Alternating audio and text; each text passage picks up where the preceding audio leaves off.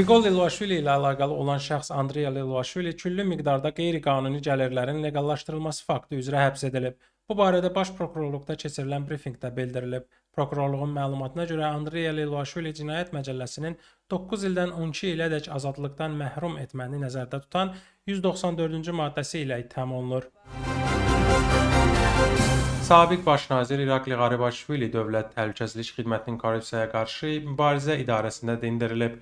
Korrupsiyaya qarşı mübarizə agentliyinin direktoru Emzar Qaqnidzenin sözlərinə görə keçmiş baş nazir istintaqla tam əməkdaşlıq edib və bu illər ərzində qanunsuz gəlir əldə etdiyini etiraf edib. İrakli Qaribaşvilinin vəkili Lili Gelaşvili məsələyə münasibət bildirib və konkret detallardan danışıb. O deyib ki, sabiq baş nazir istintaq orqanında şahid qismində dindirilib. O bildirib ki, İrakli Qaribaşvili və onun hüquq müdafiəçiləri yaxın günlərdə bəyanatlar verəcəklər. İrakli Qaribaşvilinin evindən götürülən əşyalarla bağlı suala gəlincə, vəkil izah edib ki, keçmiş baş nazirin evindən qızıl əşyalar götürülməyib.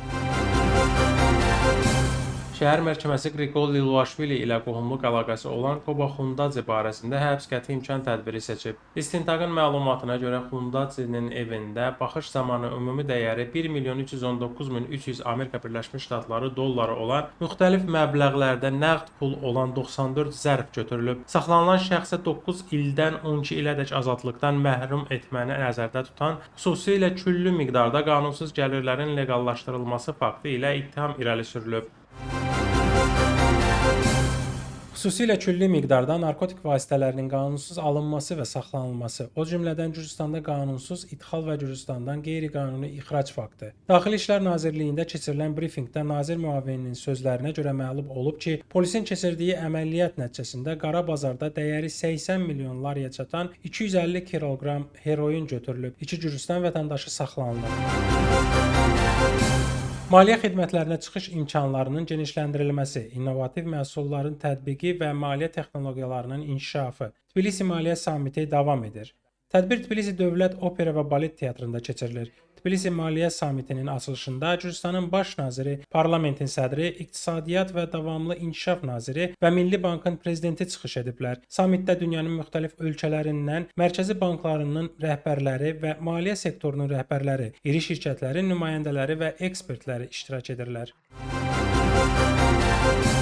Gürcü Arzusu Milli Hərəkat və ona bağlı partiyaların fəaliyyətinin qadağan edilməsini tələb edərək, bazar ertəsi günündən gec olmayaraq məhkəməyə konstitusiya iddiası ilə müraciət edəcək. İddia müxalifət tərəfindən sərt şəkildə tənqid olunur. Milli Hərəkat iddia edir ki, bu müxalifəti hüquqi yolla məhv etmək cəhdidir. Ona görə də iddiaya qarşı hüquqi mexanizmlərdən istifadə edəcəklər. Hakim partiya iddia edir ki, gündəmini ölkədəki təxribatlarla müəyyən edən siyasi qüvvələrin fəaliyyəti qadağan edilməlidir.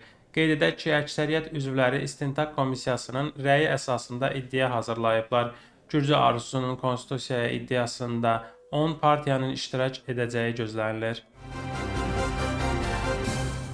Almaniya üçün Alternativ Partiyası məsləhətləşmələr üçün Gürcüstana çağırılan Almaniya səfiri Peter Fischerin fəaliyyəti və Gürcüstandakı qeyri-hökumət təşkilatlarına dəstəyi ilə bağlı suallarla Almaniya hökumətinə müraciət edir. Bu barədə Bundestagın saytında dərc olunub. Söhbət Almaniya hökuməti tərəfindən maliyyələşdirilən təşkilatlara və səfir Peter Fischerin fəaliyyətinə aiddir. Hansı qeyri-hökumət təşkilatlarının hakimiyyətə, hansı müxalifətə yaxın olması, Almaniya səfirliyi ilə Almaniya səfirinin bu əməkdaşlıqda hansı səviyyədə iştirak etməsi partiya üzvlərini də maraqlandırır. Almaniya Xarici İşlər Nazirliyi X sosial şəbəkəsində Mziya Amaglobeli və Andrey Poçobutun Saxarov mükafatının verilməsinə cavab verərək yazıb ki, mükafatın onlara verilməsi dünyanın müxtəlif ölkələrində qorxmadan həqiqəti söyləyicilər üçün həbsdə olan bütün jurnalistlər üçün güclü siqnaldır. Parlamentin sədri mükafatın verilməsinə brifinqlə cavab verir. Şalva Papuaşvilinin fikrincə Saxarov mükafatının bir gürcüyə bu şəkildə verilməsi mükafatdan daha çox onun ölkəyə qarşı düşmənçiliyini ifşa etməkdir. Parlament sədrinin dediyi kimi Brüssel 19 gündür ki, oktyabrın 4-də prezident sarayına zorakı hücumu pisləməkdən boyun qaçırır, açıq və gizli şəkildə radikal qruplara dəstək verir. Etirazlar. Tbilisi Şəhər Məhkəməsi toplantı və nümayişlərin keçirilməsi qaydalarını pozduqlarına görə həbs edilənlərin inzibati işlərinə baxmağa davam edir. Söhbət dünən həbs olunan 30 nəfərə aiddir.